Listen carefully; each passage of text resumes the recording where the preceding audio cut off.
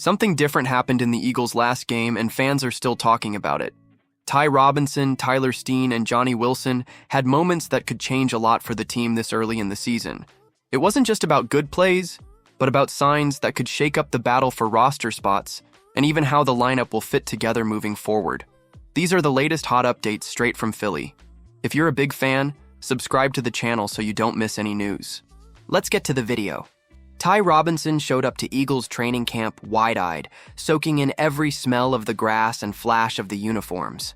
But after his first preseason game, the rookie flipped the script. He was the one opening eyes. The fourth-round pick out of Nebraska didn't just get some run, he played more snaps than anyone on the defense. 50 of them, a whopping 77%, as Philly edged the Bengals 34-27 Thursday night. "It was surreal," Robinson said, still buzzing. "You dream about this, you grind for it, and then you get that chance to go compete. If it goes great, awesome. If not, you learn from the film and get after it next time." And it went pretty great.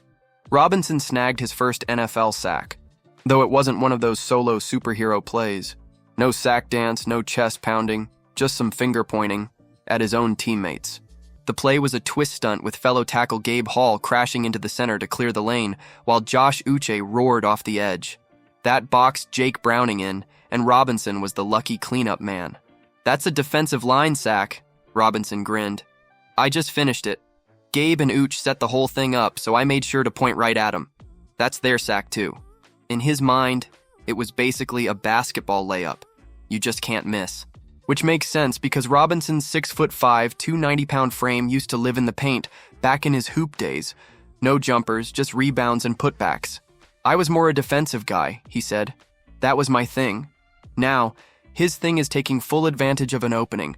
And there's definitely one. Philly just traded defensive tackle Thomas Booker to the Raiders earlier in the week. After the game, Robinson and teammate Byron Young even cracked up watching Booker's debut on TV, mostly at the fact the big man was rocking number 47. "We're like, how do you get 47 as a D lineman?" Robinson laughed. Jokes aside, Robinson knows this is a real shot to carve out a role early. "I'm super grateful for the opportunity," he said. "I'm gonna make sure I take full advantage of it." If Thursday night's any indication, he's already on the right track.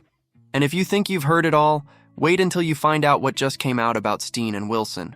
On a sticky summer night in South Philly, any doubts about Tyler Steen got washed away faster than a Gatorade bucket dump. And while we're at it, Johnny Wilson might as well have been tossed into that same "we're not sure what we're gonna get" box, because both of them came out swinging in the Eagles' 34-27 preseason win over the Bengals. Steen was the lone starter from the offensive line to suit up, and he was all in on the idea. "Anytime you get the chance to play, you want to get dirty and put something on tape," he said. "That was my goal. Play hard." He wasted no time delivering. On just the third snap, Will Shipley ripped off a 38-yard run, and it happened because Steen came flying off the line and absolutely erased Bengals linebacker Logan Wilson. Shipley called it a huge block and said it opened the lane for a Mack truck. He's not wrong. The third-year lineman is clearly moving with more confidence now, and it's no mystery why. He's finally healthy. Last summer, injuries cost him a shot at the starting job, and he barely saw the field as a rookie.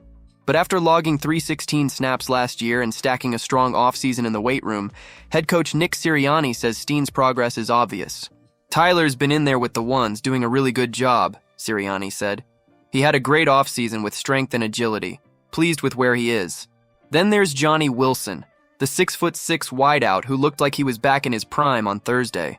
In the first half alone, he won 2 contested balls like they were his birthright, finishing with 3 catches for 73 yards before the break. "It's been a long time since I've made plays like that," Wilson admitted. "Felt good." Sure, he missed on 3 other targets, including a fade in the end zone from Dorian Thompson-Robinson that sailed just high. But Wilson refused to blame the QB. "When the ball's in the air, I want to go get it. If it's not made, it's on me," he said. Tanner McKee, who connected with Wilson on all 3 of those first-half grabs, couldn't stop smiling about his big target. "Johnny's the man," McKee said. "That first go ball was underthrown, and he still climbed the stairs to make the catch. He knows how to use his size, and that's dangerous."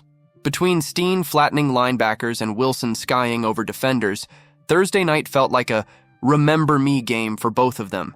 And it's exactly the kind of tape that makes coaches start imagining bigger roles. The signs are clear. Those who seize the opportunity now can lock in a key spot on the roster. And it looks like some have already figured that out. Subscribe so you don't miss anything about the Eagles.